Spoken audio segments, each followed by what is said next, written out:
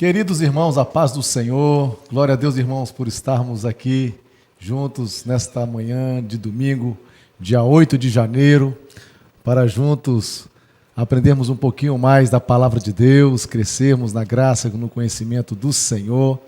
Juntamente comigo aqui, a minha querida esposa, a irmã Cristina. Dá um alô para eles, irmã Cristina. A paz do Senhor, irmãos, é um prazer estar aqui com vocês mais uma vez. Glória a Deus. Irmãos, então, nós estamos hoje na nossa segunda lição desse primeiro trimestre de 2023, com a nossa revista A Viva a Tua Obra, lições maravilhosas. Tivemos a primeira aula domingo passado, ministrado pelo pastor Jairo, foi uma aula maravilhosa. Quantas coisas nós já aprendemos e iremos aprender nesse trimestre. Então, eu quero incentivar você a ser assíduo nas aulas, para aprender cada dia mais a respeito das coisas de Deus. Nós vamos falar esse trimestre, especificamente sobre o avivamento, que é algo que nós esperamos ansiosamente da parte de Deus. E esse avivamento, a gente pôde ver na aula passada que ela pode ser individual, pode ser coletiva. Então, de forma que todos nós precisamos buscar esse avivamento. Amém? E esse trimestre está muito rico, né, pastor? Muito rico. É algo que nós estamos vivendo na nossa igreja e nós vamos estar estudando. Eu achei assim incrível, o trimestre casou muito conosco. Glória a Deus. Então, a lição de número 2 fala sobre o avivamento no Antigo Testamento. É isso mesmo. É impressionante, né? Muitas pessoas acham que avivamento está só ligado, ao Novo Testamento, e o tempo depois da igreja, durante a igreja e a igreja primitiva.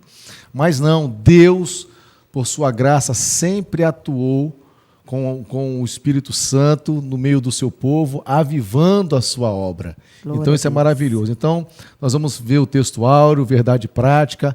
A nossa leitura bíblica em classe está escrito em 2 Crônicas, no capítulo 34. Então, nós vamos agora, antes de chamar a família, eu lembrei você dar aí o like, isso é importante, você se inscrever no nosso canal, se porventura você ainda não é inscrito. Curtir. Fazendo lá, curtir, que é o likezinho lá, isso é muito legal. Faça isso para a glória do Senhor e vamos assim ajudar a obra de Deus. Então vamos agora, nesse primeiro quadro aqui, Família Firmada na Palavra, certo? Roda aí, irmã Amanda, Família Firmada na Palavra. A paz do Senhor, irmãos.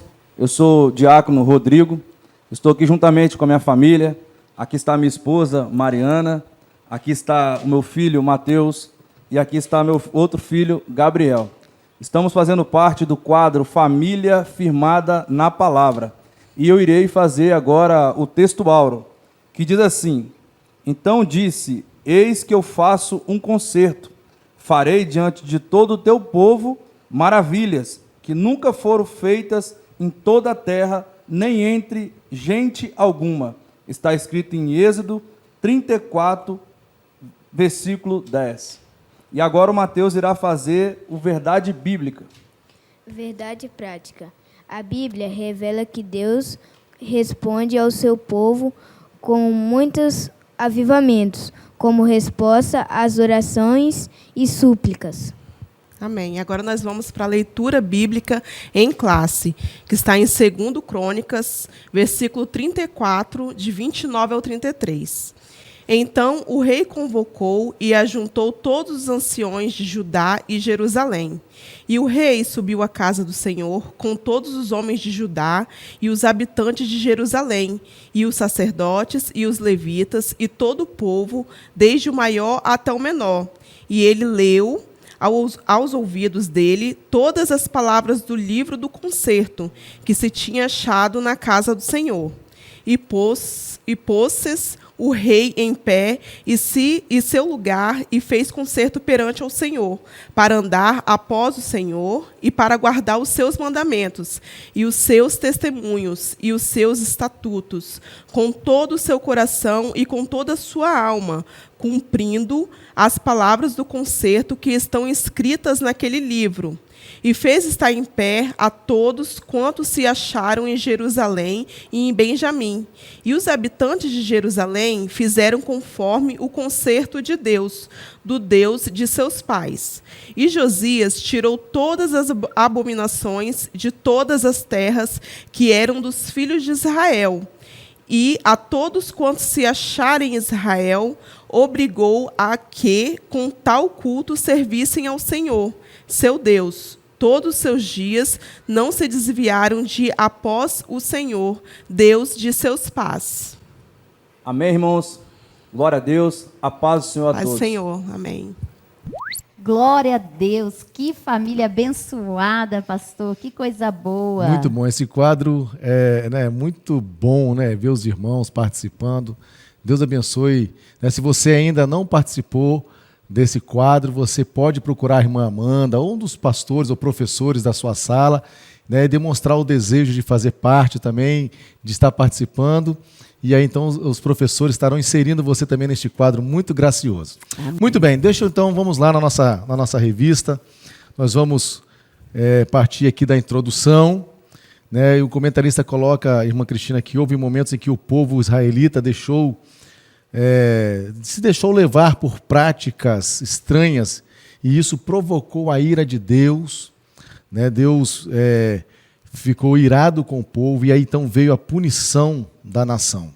Tá? Quando a situação parecia já não ter mais saída, então um homem de Deus alguém se levantava em favor da nação, né, e com muita graça da parte de Deus, orando, buscando ao Senhor, se humilhando, se entregando ao Senhor. Ele buscava a Deus confessando, né, os seus pecados, confessando o pecado do povo, e aí então Deus ouvia as orações, né, dessa pessoa, e aí Deus trazia então o avivamento, né, porque vinha o arrependimento pelo povo, vinha a consagração do povo, e aí Deus então trazia o arrependimento. E o comentarista até coloca aqui que Deus enviava do céu um avivamento como chuva seródia. Né? Tem muitas pessoas que não têm o hábito de ouvir, né, sobre essas chuvas. Né? Na verdade, sempre que a gente fala da chuva seródia, a gente também fala da chuva temporã. A chuva seródia, ela é uma chuva fora do tempo, é uma chuva que não se espera. Então era exatamente isso que acontecia. Deus levantava um sacerdote, um profeta, e aí clamava a Deus, e aí o povo então se arrependia, e aí Deus trazia o avivamento, né, no momento que ninguém esperava, ou seja, como chuva seródia, né, diante do povo, né, em cima do povo, ok? É interessante, pastor, como a gente não ouve a palavra, né, avivamento no Antigo Testamento, a gente acredita que parece que não teve, parece que não aconteceu, que as coisas não fluíram. E, quer dizer, é apenas a palavra. Perfeitamente. Mas a própria lição vai estar de... trazendo todo esse mover de Deus. Exatamente. Que teve no Antigo Testamento. Porque o avivamento, ele está ligado ao retorno da palavra, ele está ligado à consagração, né, da oração, no jejum, na súplica, está ligado ao arrependimento dos pecados. Então, isso sempre aconteceu desde o Antigo Testamento. E é isso que nós vamos ver hoje, porque a nossa lição hoje fala exatamente desse avivamento no Antigo Testamento. Por isso que eu disse que esse trimestre ele tem muito a ver com a gente. Muito, muito, muito. Nós estamos experimentando e vivendo isso. É isso aí.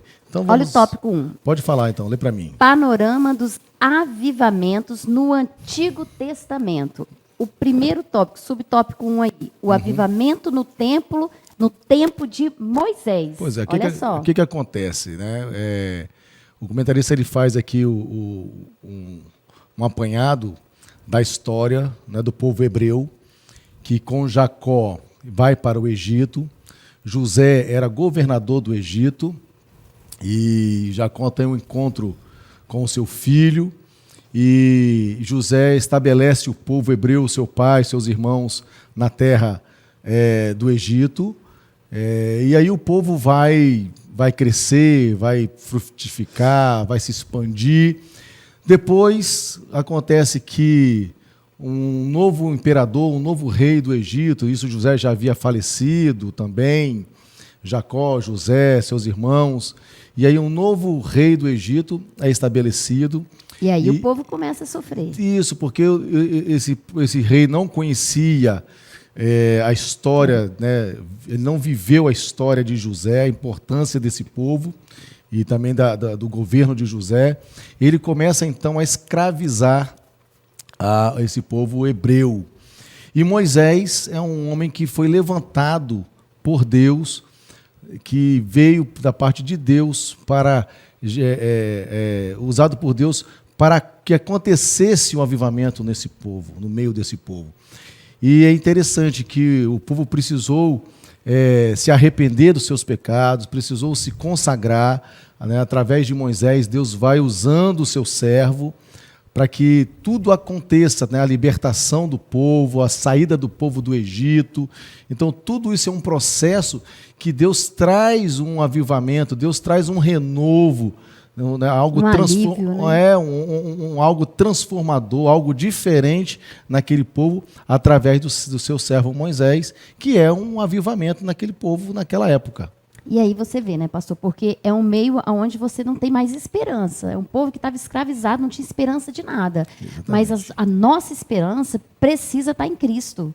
Porque enquanto a gente estiver firmado nas coisas aqui da terra, em governos, em política, eu estou firmado na minha família, quer dizer, aí é só areia. Exatamente. Por isso que Deus, quando se revela a Moisés, ele diz: eu sou o Deus do teu pai. É profundo. O Deus de Abraão, o Deus de Isaac, o Deus de Jacó. Ou seja, você não está indo firmado nos seus próprios conhecimentos, nas suas próprias ideias, né, naquilo que você já viveu no Egito, porque Moisés foi um homem preparado, né, ele viveu no Egito, nos palácios, mas Deus falou: não, você vai em meu nome.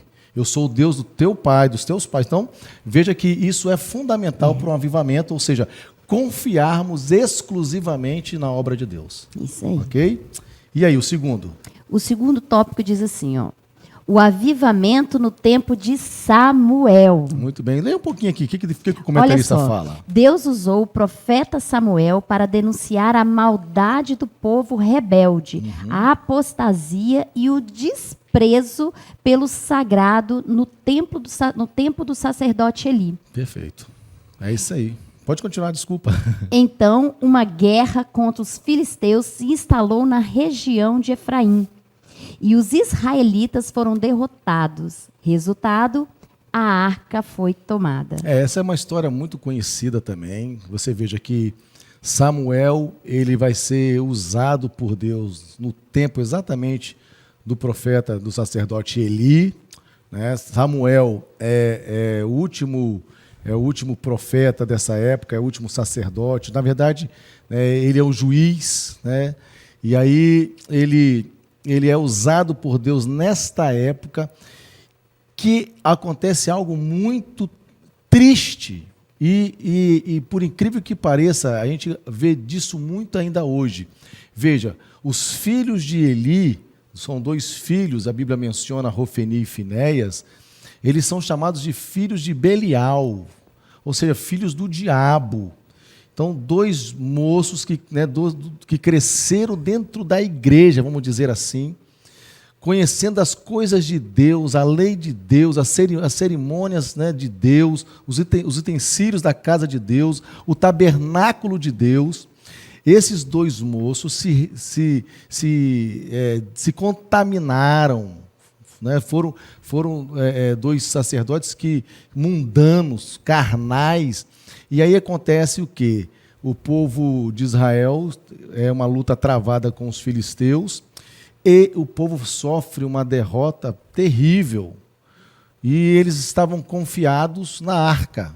É tão interessante isso, ou seja, confiados num utensílio que simbolizava a presença de Deus, mas não era o próprio Deus. E isso acontece no nosso meio, na nossa época. Pessoas que são criadas dentro da igreja, crescem dentro da igreja, mas banalizam o santo, né? Banalizam o sagrado, perdem o temor a Deus, o respeito, a reverência às coisas de Deus, criado dentro da igreja. Então nós temos a mesma coisa hoje, e Samuel é levantado neste tempo para trazer um avivamento, um reavivamento ao povo de Israel, porque Samuel ele vai pregar, ele vai ensinar o povo que deveria se arrepender dos seus pecados para que Deus pudesse voltar, para que a presença de Deus pudesse voltar no meio do seu povo. E mais uma vez, né, no tempo de Samuel, o povo estava desenganado, o povo não tinha mais esperança, estava totalmente arrasado porque levaram a arca. Então, assim, é um momento que nós vivemos. Eu tô assim, apaixonada por esse trimestre, porque muito precioso, é o que vivemos. E, mais uma vez, o povo destruído. Mas no momento que ele começa a se arrepender, aí tudo vai mudando. É isso e aí. é o que nós precisamos fazer hoje. Não adianta a gente viver nessa mesmice, mais um ano, o que eu vou mudar? Não vou mudar. Se eu não mudar minha vida de oração, minha vida de devocional, vai ser mais um ano. Mais um ano. Mais um ano. Agora pode ser o ano também para quem quer. Pode ser o ano de 2023, de mudança, de arrependimento, de nova vida em Cristo Jesus, devocional em dia, não desviar em questões de, não vou desviar, negociar, perfeito, pastor, não negociar, não ir nas orações. Isso aí, muito né? bem. A gente começa a negociar as coisas de Deus. Perfeito. E esse foi o perigo dos filhos, porque eles não começaram já do nada, eles começaram a destruir. Não. Foi devagarzinho, foi se corrompendo devagarzinho. E se prostituíram, se envolveram com as coisas do mundo. Isso aí, então, porque é aquele pecadinho que a gente acha que é um pecadinho, que vai entrando, quando eu vejo eu já estou totalmente lá no mundo. Perfeitamente. Então nós precisamos entender que no Antigo Testamento, Deus usou, vimos aqui Moisés, Deus usou Samuel, né, e outros mais nós vamos ver aqui mais à frente, como o rei Josias. Isso aí. Então, assim, Deus, ele é um Deus que ele está sempre disposto, sempre pronto a derramar a sua graça. Nós que precisamos fazer a nossa parte, nós precisamos se arrepender dos nossos pecados. Eu digo muito, irmã Cristina, uma coisa relacionada ao avivamento, que tem muitas pessoas que gostam de ler sobre avivamento, ok? Tem muitas pessoas que até esperam o avivamento, mas elas não fazem por onde. Conhece tudo sobre avivamento. Sabe de tudo sobre avivamento, mas não faz por onde. Só não vive. Não busca a Deus, não se arrepende dos seus pecados, não vive uma vida de consagração. Então, ou seja, essa pessoa provavelmente ela não vai experimentar nem um avivamento pessoal e muito menos um avivamento coletivo. Meu Deus. Ok? Terceiro. O subtópico 3. O avivamento no tempo de Josias. Lê pra gente, faz favor. Vamos lá. Depois do reinado de Ezequias, rei de Judá, Manassés, seu filho, corrompeu-se e caiu na idolatria e no culto aos demônios. Ergueu altares nos pátios da casa do Senhor, fez passar seus filhos pelo fogo e usou de práticas ocultistas. É isso aí. Você veja, é outra coisa absurda. Absurda. O rei Ezequias, ele, um rei de Judá, e teve os seus momentos áureos com Deus. Aí vem o seu filho Manassés. Manassés é um rei, a Bíblia diz, em 2 Crônicas, que é um rei terrível. O Manassés ele fez coisas tão terríveis, diz o texto de 2 Crônicas, que o povo de Deus fez coisas piores do que os gentios, do que os povos pagãos. Meu Deus. Veja que coisa terrível. Então, um rei que conhecia a lei de Deus, seus pais vieram fazendo a vontade de Deus, mas ele se prostitui, ele se envolve tanto com o mundo que aí influencia todo um povo e todo o povo cai no pecado. Ele colocou estátuas de deuses dentro do templo. Olha uma outra coisa louca que ele fez. Ele ofereceu seus filhos a Moloque. E oferecer, irmã Cristina, era pegar os filhos e queimar os filhos. A Bíblia fala que ele fez passar os seus filhos pelo fogo. Na verdade, é jogar o filho dentro do fogo para ser queimado, ser derretido no fogo.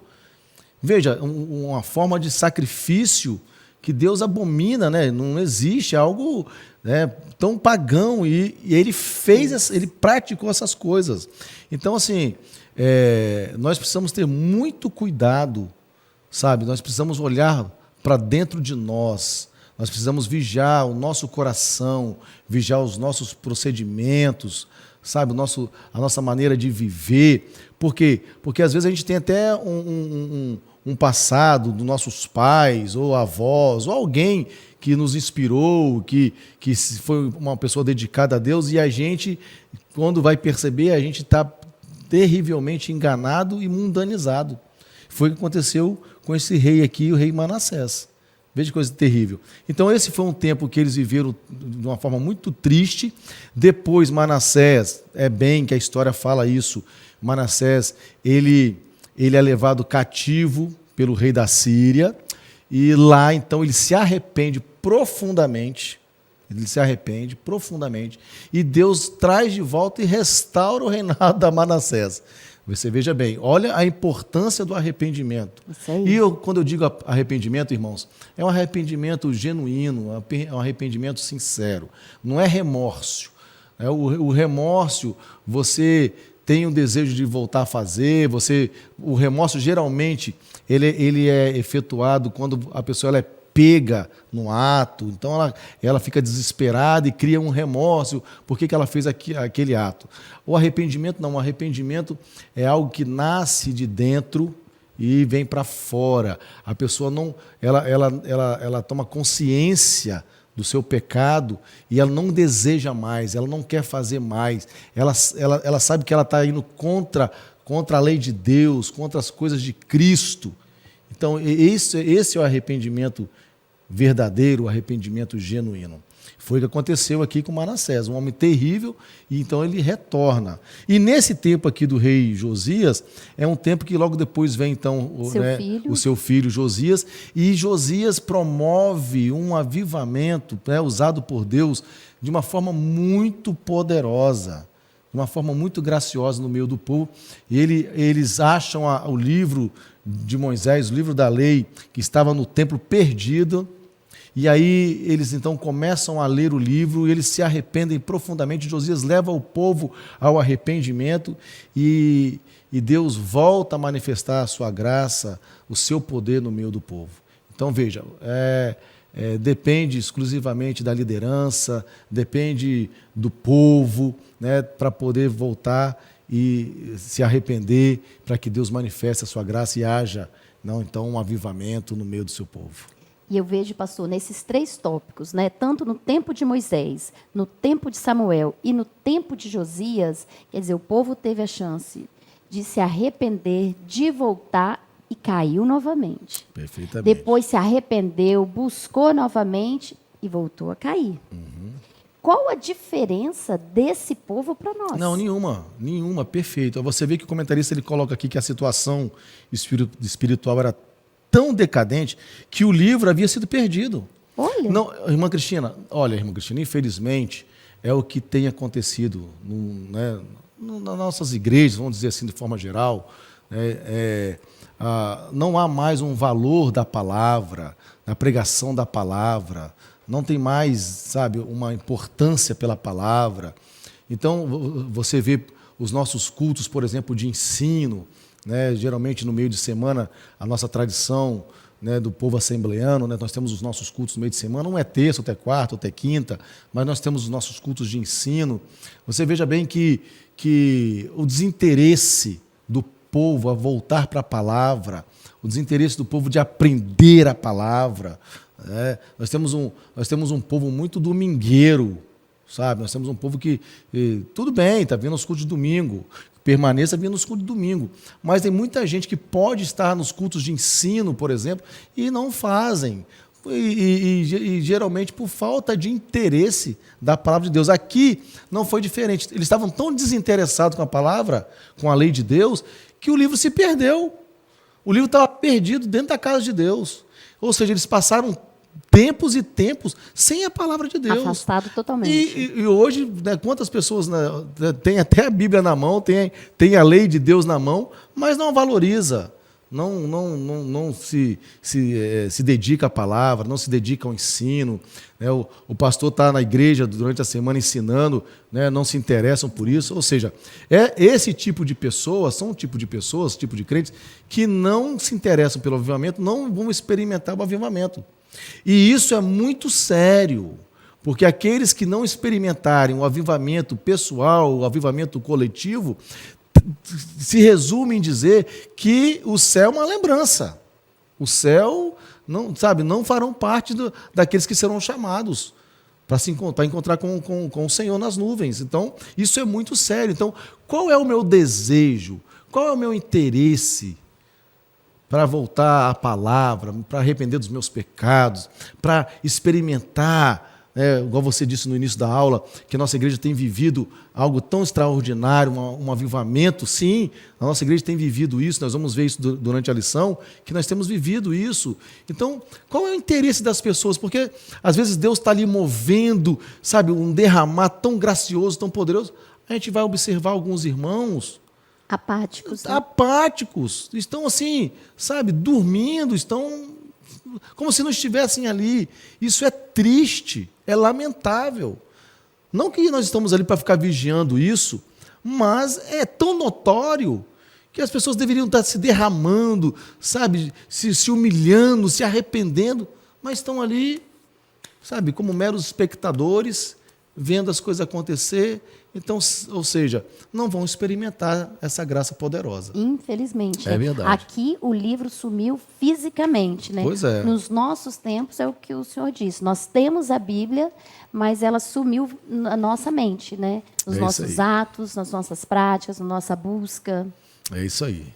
Agora nós temos uma irmã aí para trazer uma pergunta, pastor. Opa, maravilha. Então vamos à nossa primeira pergunta? É a irmã Rosângela. Vai lá, Mandinha, solta pra gente, a irmã Rosângela. Paz do Senhor, irmão.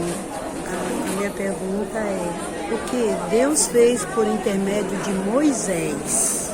Glória a Deus, irmã Rosângela, pela sua pergunta. A irmã Rosângela perguntou o que Deus fez por intermédio de Moisés.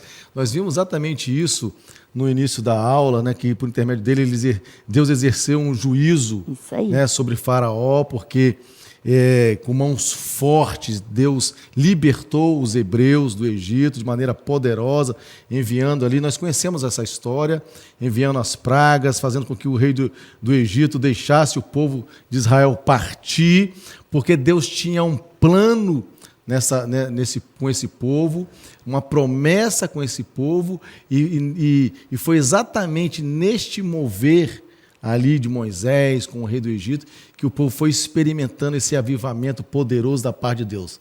A presença de Deus de uma forma manifesta no meio do povo, de forma extraordinária. Muito obrigado, irmã, pela sua pergunta. Aí você vê que não tem impossível para Deus, né, pastor? Não tem impossível. Deus, Ele é poderoso. Quantos de nós estamos vivendo aí o impossível? Que você acha que é impossível. Nós estamos falando de Deus, nós não estamos falando de homens. É isso aí. Então, aquilo que é impossível para você não é para Deus. Glória a Deus. É possível para Deus. Glória a Deus. Agora vamos para o tópico 2? Vamos, lê para mim, por favor. Tópico 2. Confissão de pecados e retorno à palavra de Deus. Olha o que diz o subtópico 1. Sim. O chamado de Neemias. Neemias se achava na função do copeiro do rei Artaxerxes, da Pérsia. Quando ele foi informado da miséria, da calamidade que estava o povo, porque o povo já havia voltado, né, com Esdras da Babilônia para Jerusalém, para Judá, mas havia uma calamidade. A cidade estava em ruínas ainda, os muros estavam, né, em ruína, e Neemias, então, ele se coloca no lugar. Neemias, ele ora para que seja usado por Deus, para que haja uma reforma, uma reestruturação na cidade de Jerusalém, ali no meio do povo de Judá. Ok? E aí ele começa, então, com uma oração maravilhosa, que é o segundo ponto aqui, confissão de pecados. Pastor, só falando desse subtópico 1, Sim. Quando falo chamado de Neemias, eu me pergunto, qual é o seu chamado? Porque às vezes nós fazemos uma oração e nós podemos ser resposta dessa oração. É verdade. Nós precisamos entender qual é o nosso chamado. Nosso chamado não foi para entrar, sentar no banco e pronto. Então, agora você aí começa a pensar qual é o seu chamado. Muito bem colocado. Você vê que Neemias, ele tinha uma função, né, de excelência no reino, ele era copeiro do rei, mas ele entendeu a posição dele. Perfeito. Né, e ele se coloca diante de Deus e ele cumpre um chamado da parte de Deus maravilhoso. Verdade. Ok? Glória a Deus. Maravilha. O subtópico 2. Sim. A confissão de pecados. E aí, aqui é uma oração que ele faz, orando, que ele fazia a confissão de pecados pelos filhos de Israel, ele dizendo, pecamos contra ti. Isso é algo muito importante, esse é um ponto, o comentarista que é o ponto alto da oração de Neemias, quando ele se inclui, né, junto com o povo. Isso é algo extraordinário, isso é ter visão do reino, isso é entender a calamidade do povo, entender a ruína do seu povo. Ele fala assim, nós pecamos contra o Senhor. Então, veja que aí então, nós estamos errados diante do Senhor. Porque é muito fácil acusar os outros, né, pastor? Eu olho para os outros, é tão fácil achar o pecado do irmão, é mais fácil achar o erro do irmão, mas quando eu olho para dentro de mim, é mais fácil achar o erro dos filhos dos outros, é mais fácil, sabe, os erros do esposo, da esposa, dos outros, ou até o meu. É mais fácil achar os seus erros do que o meu erro. É isso aí. Então, assim, aí isso é profundo. Quando ele coloca o dele ali, é isso aí, né, como todos os outros. Versículo 7, ele orando, de todos nos corrompemos contra ti e não guardamos, olha a expressão, e não guardamos os teus mandamentos, nem os teus estatutos, nem os teus juízos que ordenaste a Moisés, teu servo. Veja, ele está colocando exatamente numa posição correta diante de Deus. Isso é poderoso, isso é maravilhoso. Daniel fez isso, né? Outros homens de Deus fizeram assim, né, nas suas orações, se colocando, né, diante do povo, diante de Deus, sabe, na condição do povo. Isso é poderoso. E aí, a confissão dos pecados é a condição indispensável para viver um verdadeiro avivamento espiritual. Nós até marcamos isso, porque Pois se eu não me arrepender e não confessar os meus pecados, o avivamento será o quê? A Bíblia diz que aquele que confessa e deixa alcança misericórdia. É o que nós precisamos fazer. Todos nós precisamos confessar os nossos pecados, se arrepender dos nossos pecados, abandonar os nossos pecados, para que haja um arrependimento sincero e a misericórdia de Deus virá sobre as nossas vidas. E aí nós vamos viver o arrebatamento. O avivamento. O avivamento. E depois o arrebatamento. Glória a Deus. E vamos lá, o terceiro. O subtópico 3. O avivamento pelo ensino. Agora sim, hein? Isso aí tá com devocional em dia, irmão? Vamos lá. Olha o que diz aqui. Fala aí, lê para nós. No tempo de Neemias, o ensino da palavra de Deus foi uma marca que precedeu o avivamento. Essa parte, assim, particularmente, eu sou encantado com essa parte, quando Neemias, juntamente com Esdras, até deixei a Bíblia aberta aqui, eu quero ler um pouco disso para os irmãos, quando Neemias convoca Esdras para ler a lei de Deus ao povo, é algo extraordinário. Quando eu leio essa parte, quando eu ouço, eu fico encantado, porque a forma que eles fizeram, eles construíram um púlpito. Esdras sobe num púlpito para que todo mundo visse lendo a palavra de Deus, né, a lei de Deus, né, e ele também, né, a posição que ele está colocada, o desespero do povo. Eu gostaria de ler um pouco, irmã Cristina, sobre isso. Está registrado no livro de Neemias, no capítulo 8. Eu vou fazer uma leitura assim mais, mais rápida, para que os irmãos, não me deter muito, mas é algo que eu fico muito encantado. Quando chegou o 7º mês, os israelitas tinham se instalado em suas cidades, todo o povo juntou-se como se fosse um só homem. Veja, eles se juntaram como um só homem. Então, ou seja, olha o objetivo, todo mundo junto ali na praça e na frente da porta das águas. E aí pediram a Esdras para que trouxesse o livro de Moisés, né, que o Senhor havia dado a Israel. E assim, no primeiro dia, então, o sacerdote Esdras trouxe o livro diante da assembleia, que era constituída de homens, de mulheres e de todos os que podiam entender. Então, tinha ali homens, mulheres, crianças, idosos, tá? Todo mundo reunido. Pensa, eu leio isso e eu vivo, eu consigo enxergar, assim, sabe? Ele em cima de um tablado, o pessoal em volta, né? Pessoas de todas as idades, e ele leu em alta voz, desde o raiar da manhã até o meio-dia, de frente para a praça, de frente para a porta das águas, na presença de todos que podiam entender. E o povo ouvia com atenção. Que coisa linda. Olha a importância do desejo da palavra. Olha a sede de aprender as coisas de Deus. Isso me encanta, isso é maravilhoso. Nós precisamos ter esse desejo, nós precisamos, sabe, ser aluno da EBD, estar atento, sabe, ser aluno assíduo nas nossas aulas. Ansiar pelo horário da IBD, Isso, 9 horas, já estou tomando meu café. Isso, já estou ali de prontidão, isso é muito maravilhoso.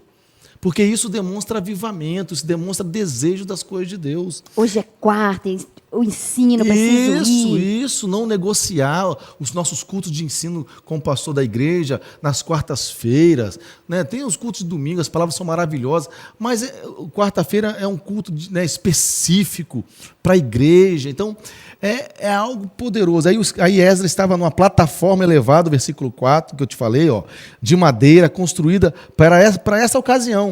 Aí o seu lado tinha ali Matitias, Sema, ou seja, eram sacerdotes que estavam ali do lado dele.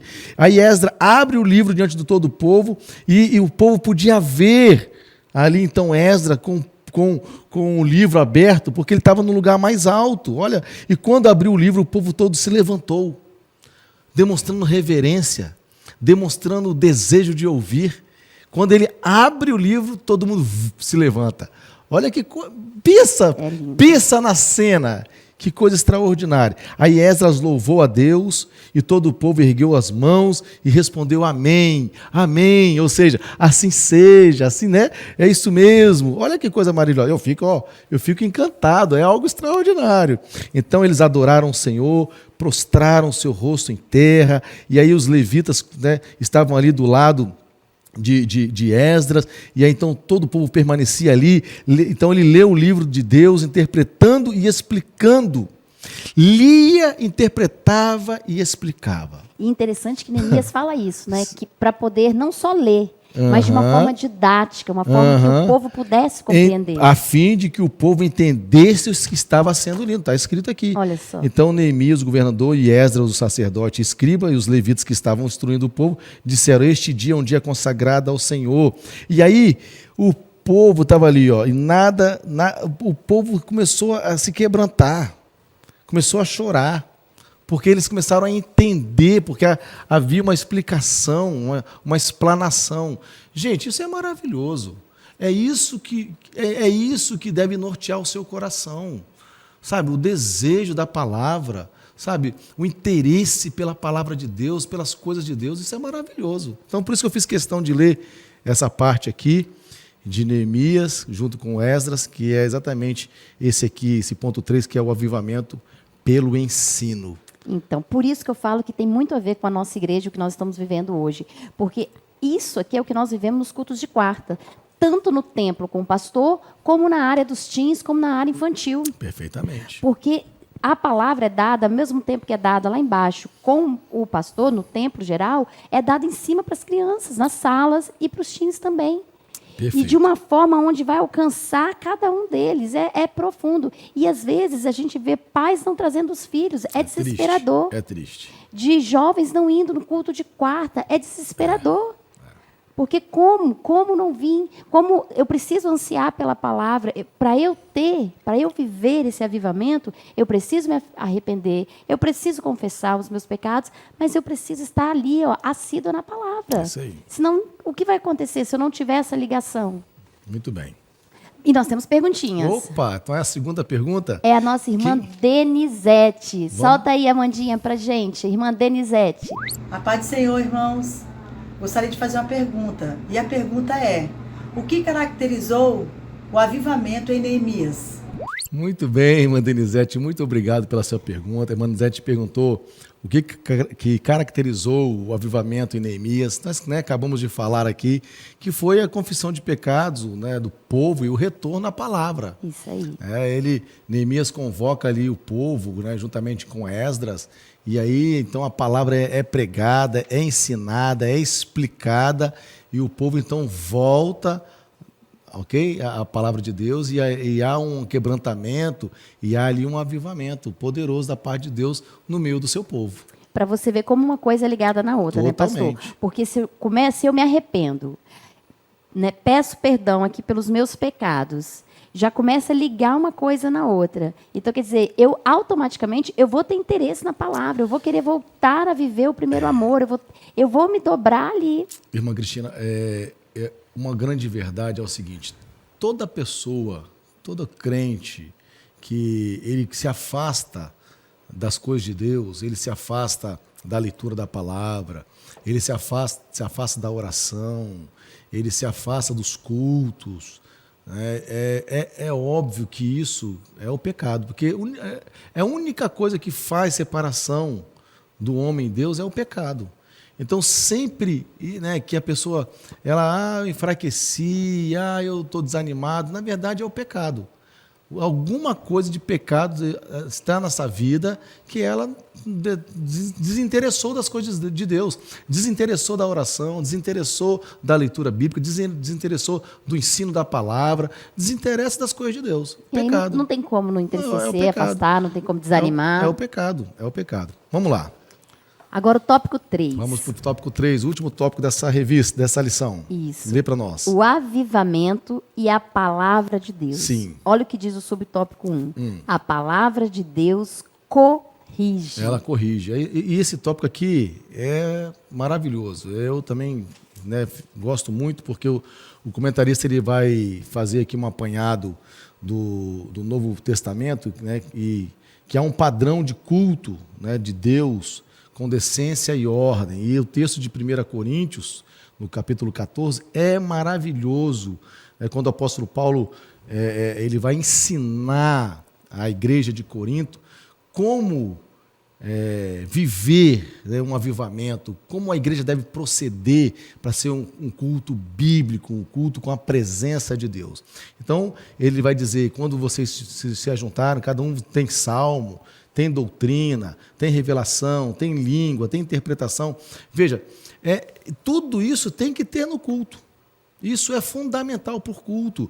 Ter louvores, ter pregação, ter profecia, ter revelação, ter interpretação, tudo isso para edificação, isso é maravilhoso. Aí o comentarista coloca assim, veja que o que marca essa orientação apostólica não é o exibicionismo espiritual ou o mero emocionalismo, nem as expressões irreverentes no culto. Então ele está colocando isso por quê?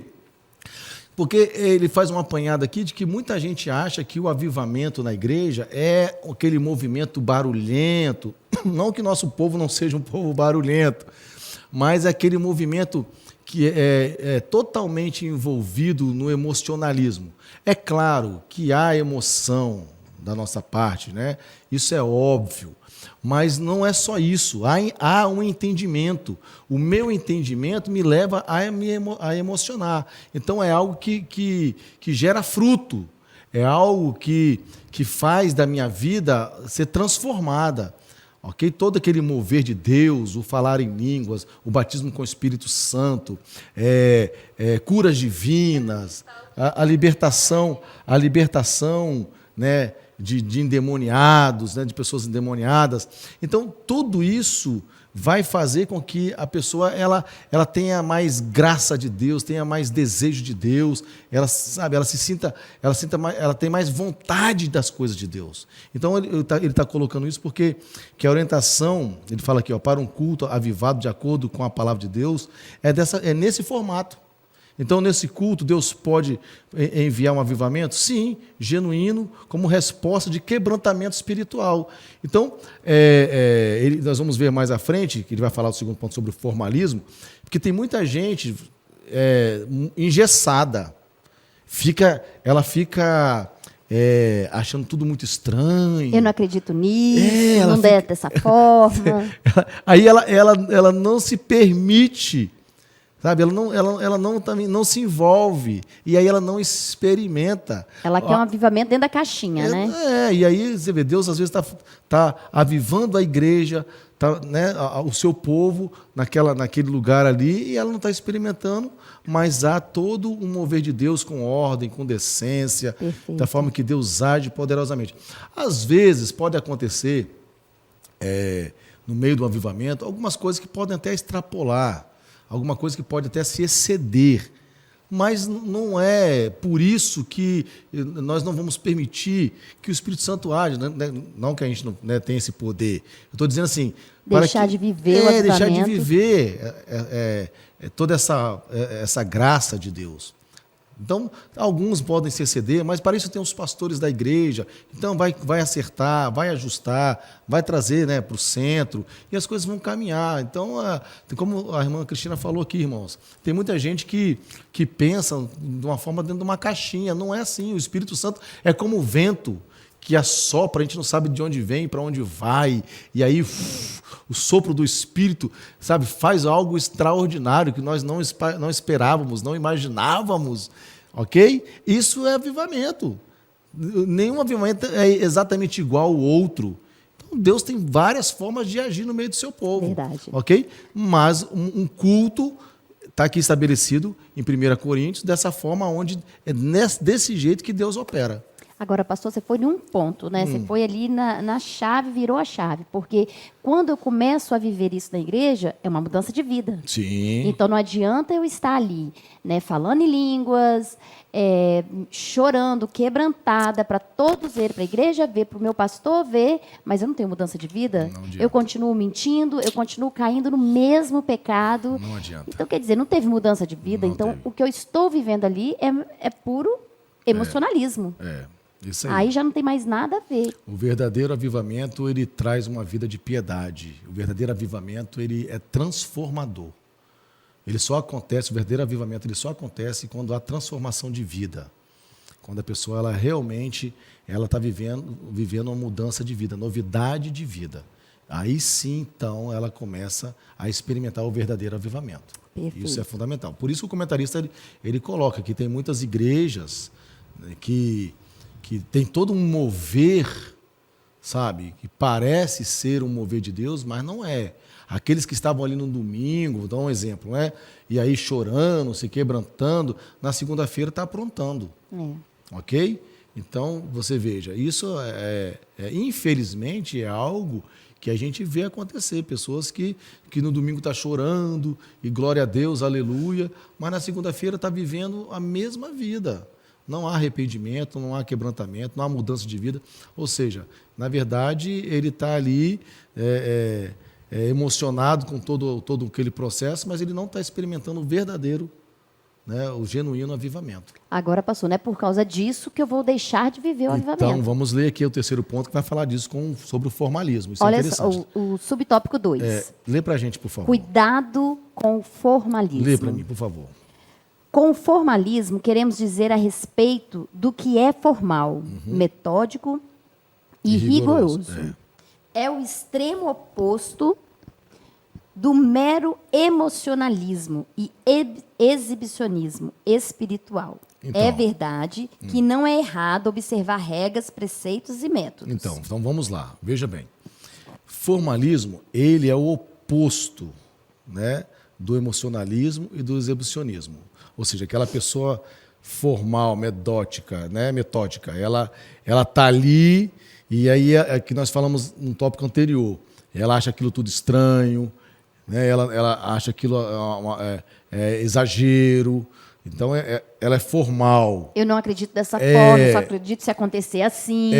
Aí ele coloca aqui, é verdade que não é errado observar regras. Por exemplo, quando nós lemos 1 Coríntios, existe ali, como uma regra, né? Tem que haver revelação, tem língua, mas tem interpretação, ok? Existem regras. As coisas okay? de Deus têm ordem Mas aí, o que está acontecendo aqui? O comentarista vai falar que há pessoas que nesse formalismo, elas não permitem Deus agir por causa da caixinha que você falou. Elas estão tão formais que elas não abrem o coração, não deixam Deus agir. Ok? Então você vai ver aqui que o formalismo, ó, tá vendo? No entanto, o formalismo assume uma característica negativa quando o cuidado e o zelo pelo que é formal sobrepõe a necessidade espiritual da igreja. Então, tem tanta igreja que é tão ligada ao formalismo, sabe? Tudo certinho, ok? É aquele negócio ali, todo mundo já sabe o que vai cantar ali, o momento, né? Quantos minutos vai cantar, quantos minutos vai pregar, quantos minutos, né? Não deixa nem o Espírito Santo não pode participar do culto. Não pode. Então, né? Agora, veja, o comentarista foi feliz, não que não deva existir regras, ok? Um culto, né, com ordem e decência, perfeito. Mas nós, pentecostais, nós experimentamos essas coisas. Nós temos o início para começar, início para terminar, mas há moveres de Deus que às vezes a gente não consegue terminar um culto. Há mover de Deus que há um quebrantamento que a gente... O controle do culto tem que estar sempre na direção do Espírito. Amém. Sempre na direção do Espírito, é isso. Então, o formalismo é muito perigoso, muito perigoso. Então, ele quebra a atmosfera espiritual, né? E quando não há atmosfera espiritual, o ambiente não é propício ao mover de Deus. O ambiente ele tem que ser espiritual, o ambiente ele tem que estar propício ao mover de Deus. É interessante, pastor, já conversei com algumas pessoas que elas falaram assim, não, eu quero ser batizado pelo Espírito Santo, eu tenho muita vontade de ser, mas eu quero ser assim, assim, assim. É isso aí. Eu não quero falar alto, eu quero falar baixinho, não, eu não quero levantar, eu quero ser batizado do Espírito Santo sentada, ou no máximo ficar de pé e levantar uma mãozinha. Então, assim, é uma caixinha. Eu já vi, né, eu sou nascido na Assembleia de Deus, eu já vi e vejo muitos crentes que também, antigos, nascidos na Assembleia de Deus, que não são batizados com o Espírito Santo porque são formalistas. São tão travados... Querem da forma deles. São tão travados que não há, Deus não move, porque eles não se permitem. Então, o avivamento é algo que nós devemos desejar ao ponto de se derramar. A palavra de Deus diz súplicas. Suplicar é chorar, é se entregar, sabe, se derramar, se jogar, né, colocar o rosto no pó. E é dessa forma, sempre foi assim. Então não tem como todo esse formalismo, essas regrinhas, não vai experimentar. Deus pode fazer, não estou falando que Deus não possa fazer, mas eu confesso, eu não vi não. Geralmente essas pessoas não recebem por causa de todo esse formalismo. Então, tem muitas irmão, igrejas irmã, assim. não se apega a essas coisas. É isso aí. Faça o possível e o impossível para sentir a presença de Deus nos cultos. Muito bem. Porque é maravilhoso, não é? É muito bom. Posso dar um exemplo de que nós tivemos aí de um jovem? Sim, pode, Nós claro. tivemos o exemplo de um jovem, foi uma coisa linda. Ele, um culto de oração nosso de terça-feira, que é a oração da juventude, esse jovem ele foi tomado pelo Espírito Santo, pastor. O senhor presenciou isso, eu estava presente. Foi uma coisa tão linda, porque ele não tinha força para levantar do chão. E aonde ele ficou tinha uma poça d'água, assim, de tanto que ele suava, ele transpirava, chorava. E foi tão lindo, porque só de você chegar perto dele, você já sentia aquele calor, sabe? Foi uma coisa tão linda, tão preciosa, que contagiou todos os outros. Foi lindo de se ver, pastor. Porque ele permitiu, sabe? Ele foi ali totalmente quebrantado. Foi Ele está muito lindo. vivendo um avivamento pessoal. Ele tá muito vivendo. maravilhoso. Muito bem, nós temos a terceira pergunta. Vamos aí à terceira pergunta. É um irmão aí, É o ó. irmão William. Irmão William, faça então para nós aí a terceira pergunta. Solta aí, irmã Amanda. Paz do Senhor, pastor Jefferson, o que acontece quando Deus envia avivamento? Muito bem, irmão Glória William. a Glória a Deus. Deus. Irmão William perguntou o que acontece quando Deus envia um avivamento. Bom, quando Deus envia, irmão William, um avivamento espiritual, tem liberdade na igreja. O Espírito Santo ele tem liberdade de atuar na igreja. Os corações estão sensíveis a voz de Deus, as coisas de Deus, né? Os irmãos ficam, né? Os dons espirituais, eles são abundantes na igreja, eles se manifestam a cura, a libertação, a renovo, a batismo com o Espírito Santo, ou seja, um ambiente propício. Então, quando Deus envia um avivamento, é isso, é o que nós falamos aqui. Nós temos experimentado isso. Então, veja, e há pessoas dentro da igreja que não estão vivendo. Então, porque não querem?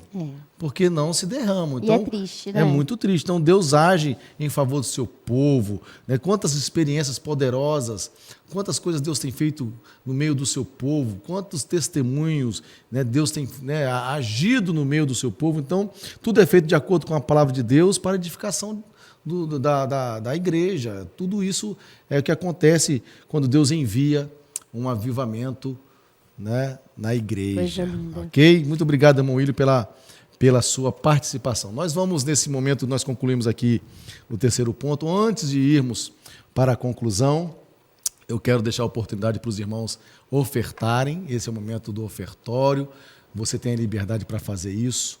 Vai aparecer aqui embaixo do vídeo a conta da igreja, as ferramentas da igreja como PicPay e Pix. Oferte na casa do Senhor.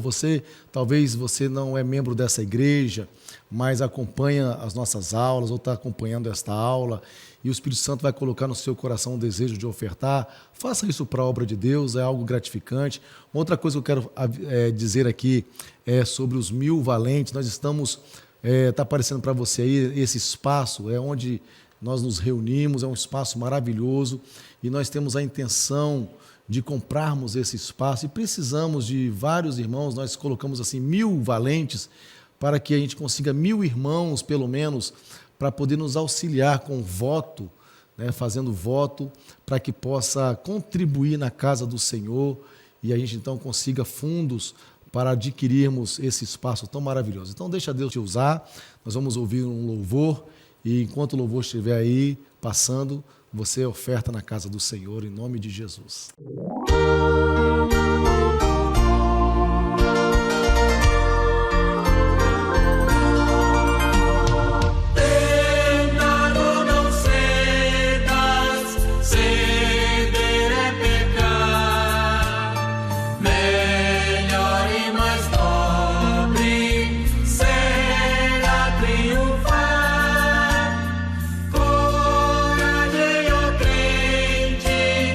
Domina o teu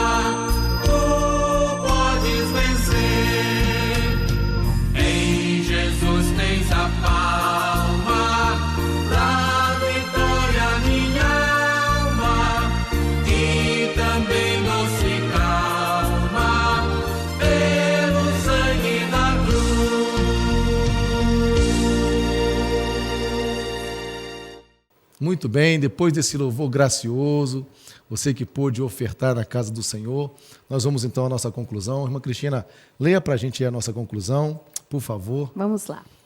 Os avivamentos no Antigo Testamento sempre vieram como respostas ao quebrantamento espiritual e às orações do povo de Deus. E isso se dava sempre diante de uma situação de calamidade ou de decadência espiritual e moral. Então veja, irmã Cristina, por favor. Nós vivemos uma decadência espiritual, uma decadência moral. Nós precisamos de um avivamento. Urgente. Nós precisamos nos levantar como homens de Deus, mulheres de Deus, arrependidos, orando ao Senhor, nos colocando diante do Senhor para poder orando, para que o Senhor possa então trazer um avivamento no meio do seu povo. Continue. Por misericórdia e bondade, Deus promovia a restauração de Israel. Que esses avivamentos É uma palavra veterotestamentária. veterotestamentários Da época do Antigo nos Testamento. despertem para fazer a vontade de Deus nestes tempos de frieza e mornidão espiritual atuais. Então, da mesma forma que Deus sempre atuou no Antigo Testamento, que Deus possa, então, agora também nos usar para que a gente também possa experimentar um avivamento poderoso. Nós vimos que, no decorrer dos anos, Deus sempre avivou o seu povo. Nós vivemos avivamentos poderosos, um dos últimos, 1910, na Rua Azusa, onde isso se manifestou em todo o mundo. Nós somos frutos desse avivamento, mas nós estamos agora precisando viver um outro avivamento. Essa geração precisa desse avivamento para a glória de Deus, para que haja um mover poderoso no nosso meio, porque a decadência espiritual e moral tem sido terrível no nosso meio. Que Deus tenha misericórdia de nós, que você possa continuar firme na presença de Deus e que essa lição fale profundamente ao seu coração, sirva de incentivo para a sua vida, para a vida da sua família, e que você possa estar sempre na igreja, buscando a Deus. Hoje, por exemplo, é um domingo que nós teremos culto de Santa Ceia à noite. Você tem que estar presente, você deve estar presente para ceiarmos juntos, relembrarmos a morte do Senhor até que Ele venha. É uma ordem. Então vamos fazer tudo isso juntos em nome de Jesus. Despede também aí, irmã Cristina. Deus abençoe cada um de vocês, que você possa compartilhar esse vídeo com várias pessoas, ser um missionário através da rede. Então, Deus abençoe grandemente a sua casa. Deus abençoe você. Amém. Vamos orar. Senhor, muito obrigado, ó Deus, por esta aula. Ó Deus, por aprendermos com a Tua palavra a importância deste, Senhor, avivamento, quanto o Senhor sempre atuou no meio do seu povo. Vimos, Senhor, desde o Antigo Testamento, o Senhor atuando no meio do seu povo. Muito obrigado, porque nós também temos experimentado, Senhor, e te pedimos para que esse mover poderoso, Senhor, atinja, Senhor, esta cidade, atinja esse estado, atinja esse país, Senhor, e mova o mundo por louvor do Teu nome, Senhor. Obrigado por esse dia, ser com cada família aqui, Senhor, que nos acompanha, que, Senhor, está sendo representada, abençoando, Senhor, o seu lar, a sua casa, ao Senhor, os seus negócios, tudo por louvor do Teu nome. Assim nós oramos, nós te pedimos e te agradecemos em nome de Jesus. Amém. Deus te abençoe e fica na paz. Até daqui a pouco.